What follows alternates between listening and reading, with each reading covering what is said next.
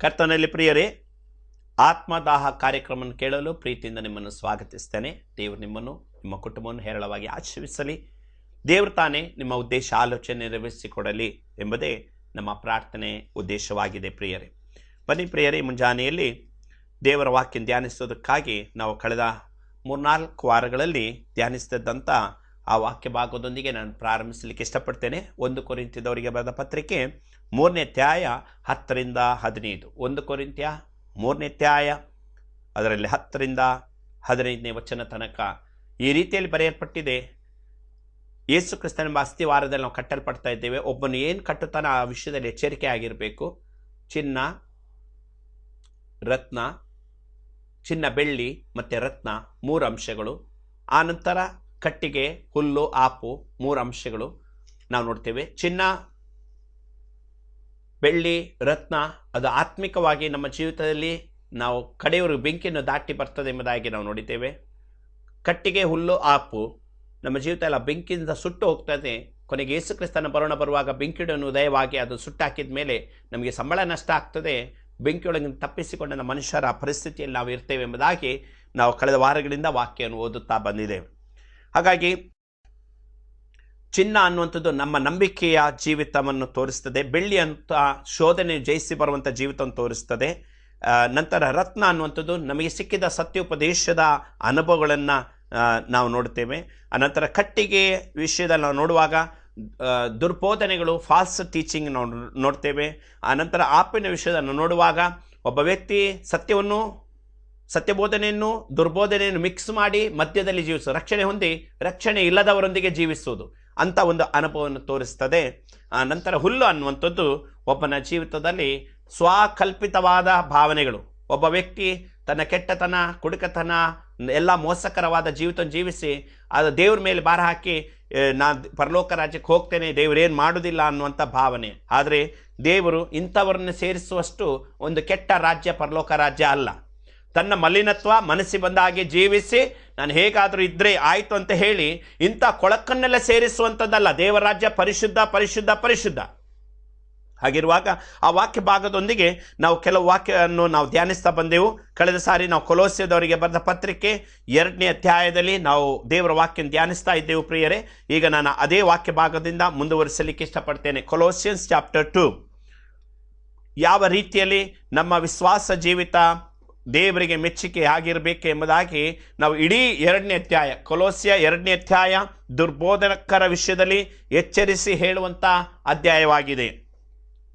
ಅಲ್ಲಿ ದೇವರ ವಾಕ್ಯ ಏನು ಹೇಳ್ತದೆ ಅಂದರೆ, ಕೆಲವರು ಅತಿ ವಿನಯದಿಂದಲೂ ದೇವದೂತರ ಪೂಜೆಯಿಂದ ಇದ್ದು ಏನಾಗ್ತದೆ, ತಮಗೆ ದರ್ಶನ ಆಯಿತು, ನಮಗೆ ಈ ರೀತಿಯಲ್ಲಿ ಆಯಿತು ಅಂತ ಉಬ್ಬಿಕೊಳ್ತಾರೆ. ಕ್ರಿಸ್ತನ ಆ ಹೊಂದಿಕೆಯನ್ನು ಬಿಟ್ಟವರಾಗಿದ್ದಾರೆ.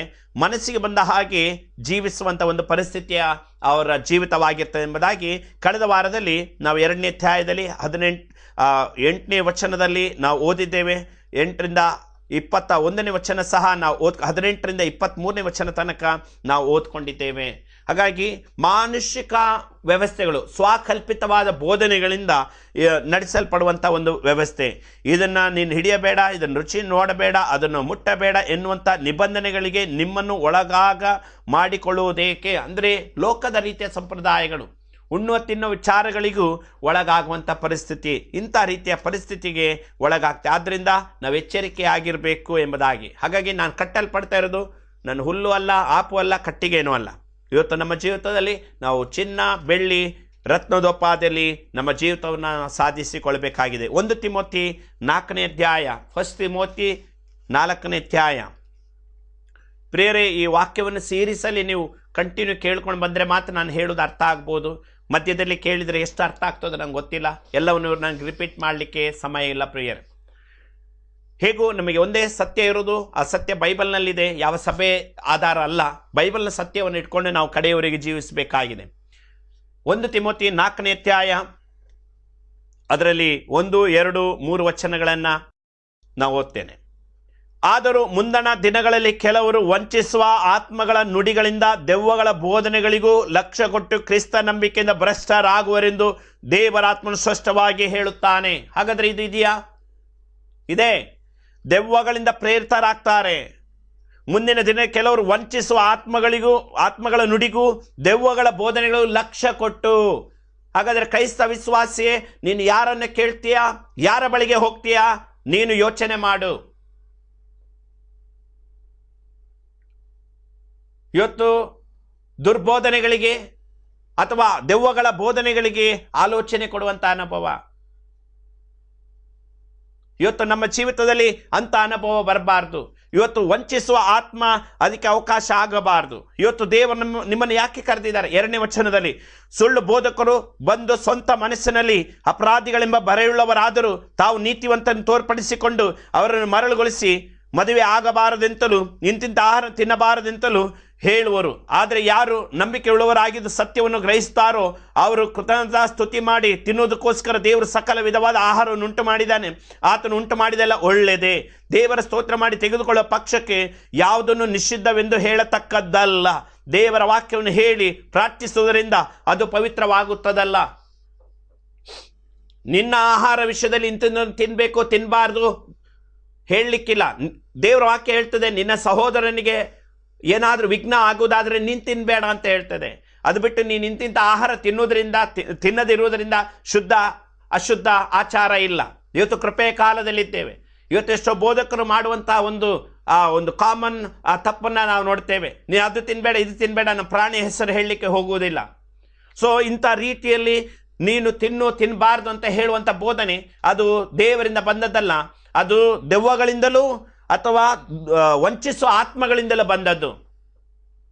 ಒಬ್ಬ ಪ್ರವಾದಿ ಸುಳ್ಳು ಪ್ರವಾದಿಗೆ ಅವಕಾಶ ಕೊಟ್ಟು ಬಂದರೆ ಏನಾಗ್ತದೆ? ಒಬ್ಬ ವ್ಯಕ್ತಿ ಹಾಳಾಗೋಗ್ತಾನೆ. ನಮ್ಮಲ್ಲಿ ಒಬ್ಬ ಬಂದು ನನ್ನ ಹತ್ರ ಹೇಳಿಲ್ಲ, ಆದರೆ ನಮ್ಮ ಸಭೆಯ ಒಬ್ಬ ವಿಶ್ವಾಸಿ ಅವರಿಗೆ ಸ್ವಲ್ಪ ಪ್ರೋತ್ಸಾಹ ಕೊಟ್ಟ ಪ್ರವಾದಿಗೆ, ಅವನು ಬಂದು ಅವರ ಮನೆಯಲ್ಲೇ ಬಂದು ಇದ್ದು ಹೋಗ್ತಾ ಬರ್ತಾ ಇದ್ದು ಕೊನೆಗೆ ಒಂದು ದಿವಸ ಹೇಳ್ತಾನೆ, ನಿಮ್ಮ ಹೆಬ್ರೋನ್ ಅಸೆಂಬ್ಲಿ 6 ತಿಂಗಳಲ್ಲಿ ಮುಚ್ಚಿ ಹೋಗ್ತದೆ ಅಂತೆ. ಅವನಂದ್ರೆ ಅವನು ಶುದ್ಧ ದುಷ್ಟ ಆತ್ಮನಿಂದ ನಡೆಸಲ್ಪಡುವನಾದ್ರಿಂದ ಹಾಗೆ ಹೇಳಿದ. ಅದನ್ನು ಹಿಂಬಾಲಿಸುವನಾದೇ ಅಂಟು ರೋಗಕ್ಕೆ ಒಳಗಾಗ್ತಾನೆ. ಅವನ ಆತ್ಮವು ಇವನಲ್ಲಿ ಹೊಕ್ಕಿಕೊಳ್ತದಲ್ವಾ? ಹಾಗಿರುವಾಗ ಇಂಥ ವ್ಯವಸ್ಥೆಗಳು ಯಾವತ್ತೂ ಅವಕಾಶ ಆಗಬಾರ್ದು. ಸತ್ಯವನ್ನು ತಿಳಿ, ಸತ್ಯವು ನಿನ್ನನ್ನು ಬಿಡಿಸ್ತದೆ. ನಾನು ಕೇಳ್ತಿರೋ ಪ್ರಿಯರೇ, ಇವತ್ತು ನೀವು ರಕ್ಷಣೆ ಹೊಂದಿದ್ದೇನೆ, ದೀಕ್ಷಾಸ್ನಾನ ತಗೊಂಡಿದ್ದೇನೆ ಅಂತ ಗ್ರಾಂಟೆಡ್ ತಗೊಳ್ಳದೆ ನೀವು ಕಟ್ಟಲ್ಪಡುವಂಥ ವ್ಯವಸ್ಥೆಯಲ್ಲಿ ಇರಬೇಕು. ಯೇಸು ಕ್ರಿಸ್ತನ ಮರಣ ಬರುವಾಗ ನಿಮ್ಮ ಜೀವಿತದಲ್ಲಿ ನೀವು ಬಿಡಲ್ಪಡಬಾರ್ದು, ನೀವು ಕಟ್ಟಿದ್ದು ಸುಟ್ಟು ಹೋಗಬಾರ್ದು. ದೇವರು ನಿಮ್ಮನ್ನು ಅದಕ್ಕಾಗಿ ಕರೆದಿದ್ದಾನೆ. ಹಾಗಾಗಿ ವಂಚಿಸುವ ಆತ್ಮಗಳ ನುಡಿಗಳಿಗೂ ದೆವ್ವಗಳ ಬೋಧನೆಗೆ ಲಕ್ಷ್ಯ ಕೊಟ್ಟು ಕ್ರಿಸ್ತ ನಂಬಿಕೆಯಿಂದ ಭ್ರಷ್ಟರಾಗುವುದರಿಂದ ದೇವರ ಆತ್ಮನು ಸ್ಪಷ್ಟವಾಗಿ ಹೇಳ್ತಾನೆ. ಅದರ ಅರ್ಥ ಒಬ್ಬ ವಿಶ್ವಾಸಿ ಯಾವತ್ತೂ ಕಣಿ ಹತ್ರ ಹೋಗುವುದಿಲ್ಲ ಅಥವಾ ಒಂದು ಬಲ್ಮೆ ಕೇಳಲಿಕ್ಕೆ ಅವನು ಹೋಗುವುದಿಲ್ಲ. ಆದರೆ ಒಬ್ಬ ಪ್ರವಾದಿ ಆದವನು, ಆತ್ಮನಿಂದ ನಡೆಸಲ್ಪಡುವವನು, ಅಥವಾ ಕೆಲವು ಸತಿ ಕೆಲವರಿಗೆ ಭಾವನೆ ಆದದೆಲ್ಲ ಪ್ರವಾದನೆ ಆಗ್ತದೆ. ಕೊನೆಗೆಲ್ಲ ಸುಳ್ಳು ಪ್ರವಾದನೆಗಳನ್ನು ಹೇಳಿ ಕೊನೆಗೆ ಅವರಲ್ಲಿ ಏನಾಗ್ತದೆ? ಆ ದೆವ್ವದ ಆತ್ಮಗಳು ಅವನಲ್ಲಿ ಬಂದು ಹೊಕ್ಕಿಕೊಳ್ತವೆ. ಬಹಳ ಎಚ್ಚರಿಕೆಯಾಗಿರಬೇಕು. ನಿನ್ನ ಭ್ರಮೆ ಪ್ರವಾದನೆ ಆಗಬಾರ್ದು, ನಿನ್ನ ಅನಿಸಿಕೆ ಪ್ರವಾದನೆ ಆಗಬಾರ್ದು, ನೀನು ನೆನೆಸಿದೆಲ್ಲ ಪ್ರವಾದನೆ ಹೇಳಬಾರ್ದು. ದೇವರ ಕೋಪ ನಿನಗೂ ನಿನ್ನ ಸಂತತಿಗೆ ಇಳಿದು ಬರ್ತದೆ.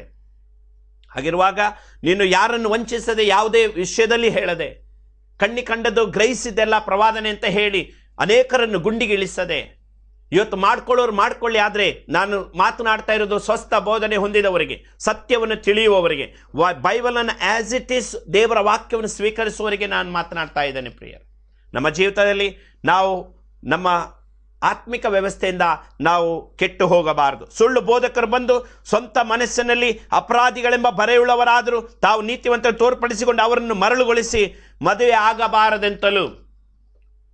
ಆಗಬಾರದಂತ ಹೇಳುವಂಥದ್ದು ಅದು ತಪ್ಪಾದ ಬೋಧನೆ, ಸುಳ್ಳು ಬೋಧನೆ. ಅದು ಒಬ್ಬ ವ್ಯಕ್ತಿಗೆ ಅವನಿಗೆ ಆಗಬಾರ್ದಂತ ಮನಸ್ಸಲ್ಲೇ ಅನಿಸಿದರೆ ಓಕೆ, ಅವನು ಮಾಡ್ಕೊಳ್ಳಿ.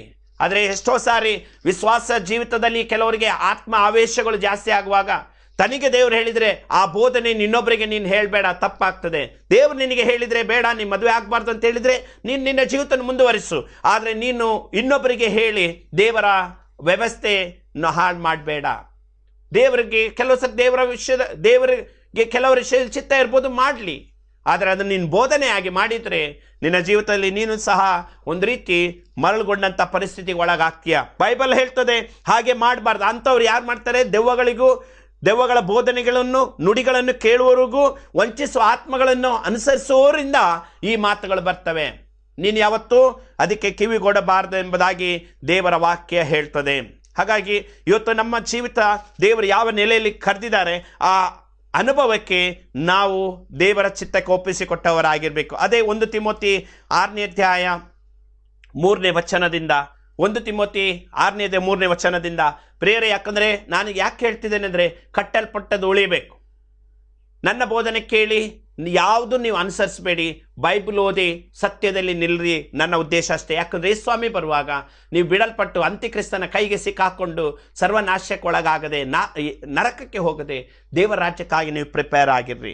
ಯಾವನಾದರೂ ಬೇರೆ ವಿಧವಾದ ಉಪದೇಶವನ್ನು ಮಾಡಿ ನಮ್ಮ ಕರ್ತನಾದ ಯೇಸು ಕ್ರಿಸ್ತನ ಸ್ವಸ್ಥವಾದ ಮಾತುಗಳಿಗೂ ಭಕ್ತ್ಯಾನುಸಾರವಾದ ಉಪದೇಶಕ್ಕೂ ಸಮ್ಮತಿಸದೆ ಹೋದರೆ ಅವನು ಒಂದನ್ನು ತಿಳಿಯದೆ ಕುತರ್ಕ ವಾಗ್ವಾದಗಳನ್ನು ಮಾಡುವ ಭ್ರಾಂತಿಯಲ್ಲಿದ್ದು ಮದದಿಂದ ಕಣ್ಣುಗಾಣದವನಾಗಿ ಇದ್ದಾನೆ. ಯಾವತ್ತು ವಾಕ್ಯವನ್ನು ಆರ್ಗ್ಯುಮೆಂಟ್ ಮಾಡಬಾರ್ದು, ಬೈಬಲ್ ವಚನವನ್ನು ಆರ್ಗ್ಯುಮೆಂಟ್ ಮಾಡಬಾರದು. ಯಾಕಂದರೆ ಆರ್ಗ್ಯುಮೆಂಟ್ ಯಾವತ್ತು ಅನ್ಯೋನ್ಯತೆ ಕೊಡಲ್ಲ, ಆರ್ಗ್ಯುಮೆಂಟ್ ಯಾವತ್ತು ಅವನಿಗೆ ನೆಮ್ಮದಿ ಕೊಡಲ್ಲ. ಬದಲಿಗೆ ಸೋಲು ಗೆಲುವಿನ ಆಟವಾಗಿರ್ತದೆ, ಕೊನೆಗೆ ದ್ವೇಷಕ್ಕೂ ಕಲಹಕ್ಕೂ ಕಾರಣವಾಗ್ತದೆ. ದೇವರ ವಚನ ನಿನ್ನ ಜೀವಿತದಲ್ಲಿ ತಿಳ್ಕೊಳ್ಬೇಕಾದ್ರೆ ತಿಳ್ಕೊ, ಆದರೆ ಆರ್ಗ್ಯುಮೆಂಟ್ ಮಾಡಲಿಕ್ಕೆ ಹೋಗಬೇಡ. ಏನಾಗ್ತದೆ, ಅನೇಕರು ಸ್ವಸ್ಥವಾದ ಮಾತುಗಳಿಂದ ಭಕ್ತ್ಯಾನುಸಾರದ ಉಪದೇಶಕ್ಕೂ ಸಮ್ಮತಿಸದೆ ಹೋದರೆ ಅವನು ಒಂದನ್ನು ತಿಳಿದವನಾಗಿರ್ತಾನೆ, ದೇವರ ನಿಯಮಕ್ಕೆ ಅವನು ವಿರೋಧಿಯಾಗಿರ್ತಾನೆ. ಇವುಗಳಿಂದ ಹೊಟ್ಟೆಕಿಚ್ಚು, ಜಗಳ, ದೂಷಣೆ, ದುಸ್ಸಂಶಯ ಇವುಗಳು ಉಂಟಾಗುತ್ತವೆ. ಆರ್ಗ್ಯುಮೆಂಟ್ ಎಲ್ಲೆಲ್ಲಿ ಮಾಡ್ತಾರೆ ಇವು ಉಂಟಾಗ್ತದೆ, ಮರಿಬೇಡಿ. ಹಾಗಾಗಿ ದೇವರ ವಾಕ್ಯ ಬೇಕಿದ್ರೆ ತಿಳ್ಕೊಳ್ಳೋಣ, ಇಲ್ಲದಿದ್ದರೆ ಮೌನವಾಗಿರೋಣ.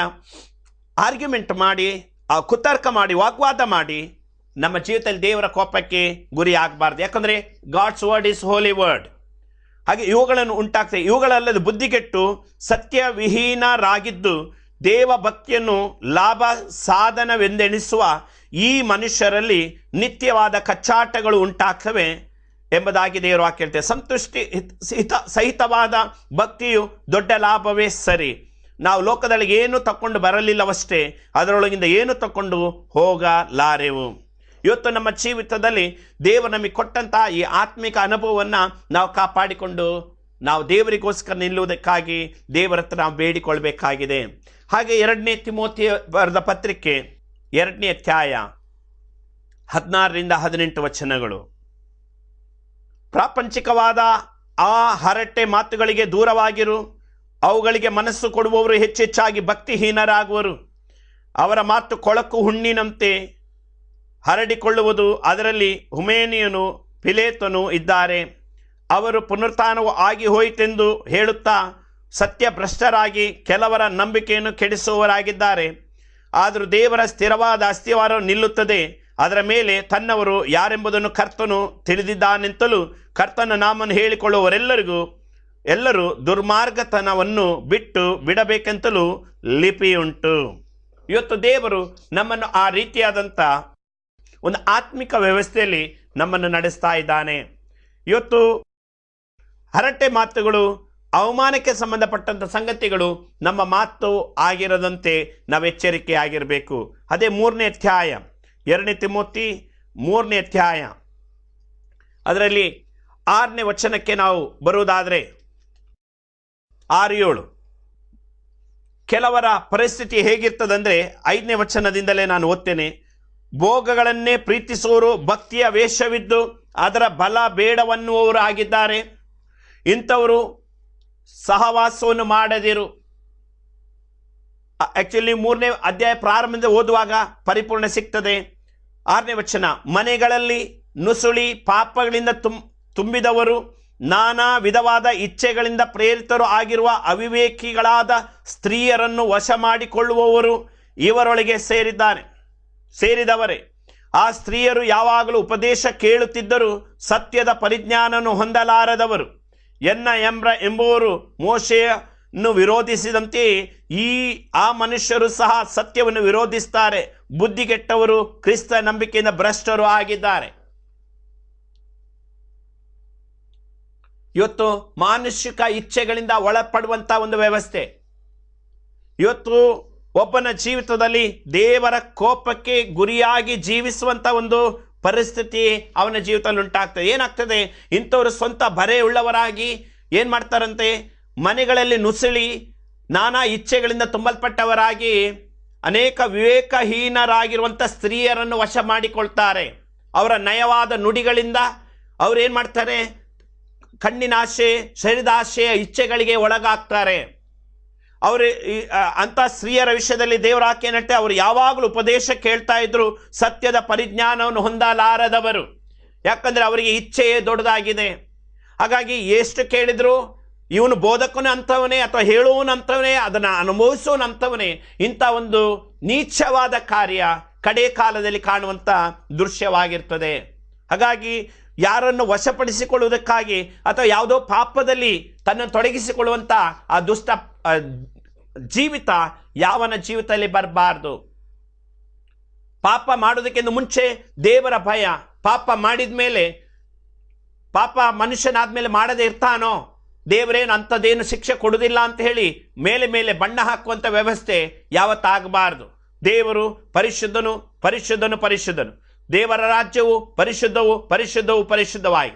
ಹಾಗಾಗಿ ನಮ್ಮ ಜೀವಿತದಲ್ಲಿ ಎಲ್ಲ ವಿಷಯಗಳಲ್ಲಿಯೂ ದೇವರಿಗೋಸ್ಕರ ನಿಲ್ಲುವಂಥ, ದೇವರ ವ್ಯವಸ್ಥೆಯಲ್ಲಿ ನಡೆಯುವಂಥ ಆ ಅನುಭವಕ್ಕೆ ನಮ್ಮನ್ನು ತೊಡಗಿಸಿಕೊಳ್ಳಬೇಕಾಗಿದೆ. ಅದೇ 2 ತಿಮೋತಿ 4ನೇ ಅಧ್ಯಾಯ 2ನೇ ವಚನದಿಂದ ನಾವು ಓದುವುದಾದರೆ, 3ನೇ ವಚನದಿಂದ ದೇವರ ವಾಕ್ಯ ಹೇಳ್ತದೆ, ಖಂಡಿಸು. ದೇವರ ವಾಕ್ಯದ ಉಪದೇಶ ಹೇಳ್ತೇನೆ, ಖಂಡಿಸು, ಗದರಿಸು, ಎಚ್ಚರಿಸು. ಖಂಡಿಸು, ಗದರಿಸು, ಎಚ್ಚರಿಸು. ಪೌಲನು ತಿಮೋತಿಗೆ ಹೇಳ್ತಾ ಇದ್ದಾನೆ.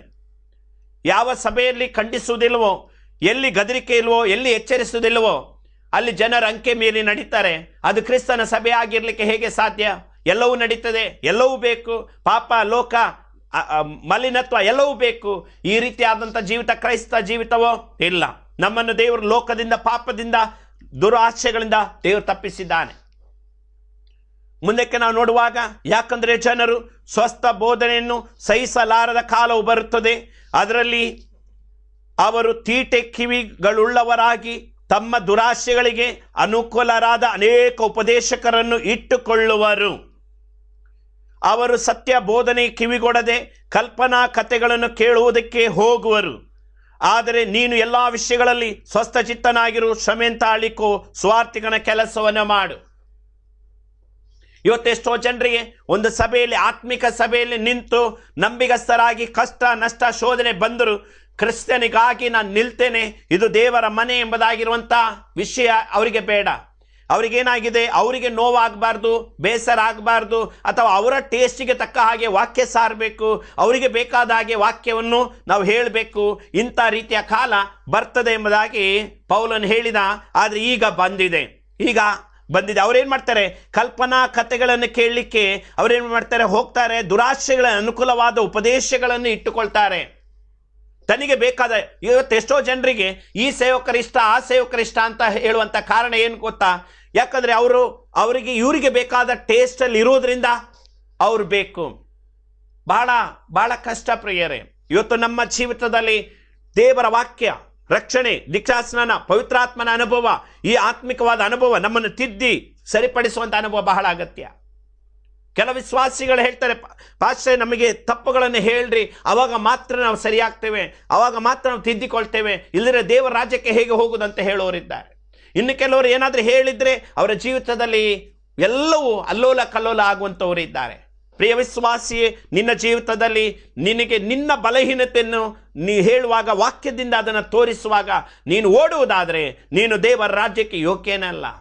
ನಿನಗೆ ಬೇಕಾದಂಥ, ಅಲ್ಲಿ ನಾವು ನೋಡ್ತೇವೆ, ಸಹಿಸಲಾರದ ಕಾಲ ಬರ್ತದೆ, ತೀಟೆ ಕಿವಿಗಳು ಉಳ್ಳವರಾಗಿ ತಮ್ಮ ಕಿವಿಗೆ ಬೇಕಾದಾಗಿ ಕೇಳುವಂಥ. ಅದರ ವಿಷಯದಲ್ಲಿ ನಾನು ಮುಂದಿನ ವಾರದಲ್ಲಿ ಇನ್ನೂ ವಿವರವಾಗಿ ಕೆಲವು ಸಂಗತಿಗಳನ್ನು ಹೇಳ್ತೇನೆ ಪ್ರಿಯರೇ. ನಾವು ಇರೋದು ದೇವರ ರಾಜ್ಯಕ್ಕಾಗಿ, ಇಲ್ಲಿ ಅಲ್ಲ, 4 ದಿವಸ ಅಲ್ಲ. ಇವತ್ತು ನಮ್ದು ಏನೇ ಆಗ್ಬೋದು, ಜೀವನ ಎಂಡ್ ಆಗ ಗೊತ್ತಿಲ್ಲ, ಬಟ್ ಎಲ್ಲಿ ಹೋಗ್ತೇವೆ ನಾವು? ಸತ್ಯವಾಕ್ಯವನ್ನು ಅನುಸರಿಸಿದ್ರೆ ದೇವರ ರಾಜ್ಯ, ಇಲ್ಲದಿದ್ದರೆ ದೇವರ ರಾಜ್ಯದಿಂದ ವಂಚಿತರು. ಕರ್ತನು ತಾನೇ ನಮ್ಮನ್ನು ಬಲಪಡಿಸಿ ತನ್ನ ಆತ್ಮನ ಬಲದ ನಮ್ಮ ನಡೆಸಲಿ. ಪ್ರಾರ್ಥನೆ ಮಾಡೋಣ. ಪ್ರೀತಿಯುಳ್ಳ ಯೇಸುವೇ, ಈ ಸಮಯಕ್ಕಾಗಿ ಸ್ತೋತ್ರ. ನಿನ್ನ ಕೃಪೆ ನೀನು ನಡೆಸುವ ನಿನ್ನ ಪ್ರೀತಿಗಾಗಿ ಸ್ತೋತ್ರ. ಸ್ವಸ್ಥ ಬೋಧನೆ, ಸತ್ಯವಾಕ್ಯ ಕಡೆಯವರೆಗಿರಲಿ. ನಿನ್ನ ಬರುಣ ಬರುವಾಗ ಸುಟ್ಟು ಹೋದಂಥ ಪರಿಸ್ಥಿತಿ ನಮಗೆ ಆಗದೆ, ಕರ್ತನೆ, ನಿನ್ನ ರಾಜ್ಯಕ್ಕಾಗಿ ನೆಲೆ ನಿಲ್ಲುವಂಥ ಒಂದು ಸತ್ಯ ಉಪದೇಶ ವಾಕ್ಯವು ನಮ್ಮ ಜೀವಿತದಲ್ಲಿ ನಿನ್ನ ವಾಕ್ಯ ಪ್ರಕಾರವಾಗಿರುವಂತೆ ನೀನು ನಡೆಸು. ನೀನು ಸಹಾಯ ಮಾಡು, ನಿನ್ನ ಕೃಪೆ ನೀನು ನಡೆಸಿಕೊಡು. ನೀನು ವಾಗ್ದಾನ ನಂಬಿಗಸ್ತನಾದ ದೇವರು, ನೀ ಸಹಾಯ ಮಾಡು. ಪ್ರಾರ್ಥನೆ ಕೇಳಿದಕ್ಕಾಗಿ ಸ್ತೋತ್ರ. ನಿನ್ನ ಕೃಪೆ ನಡೆಸು ಯೇಸುವಿನ ನಾಮದಲ್ಲಿ.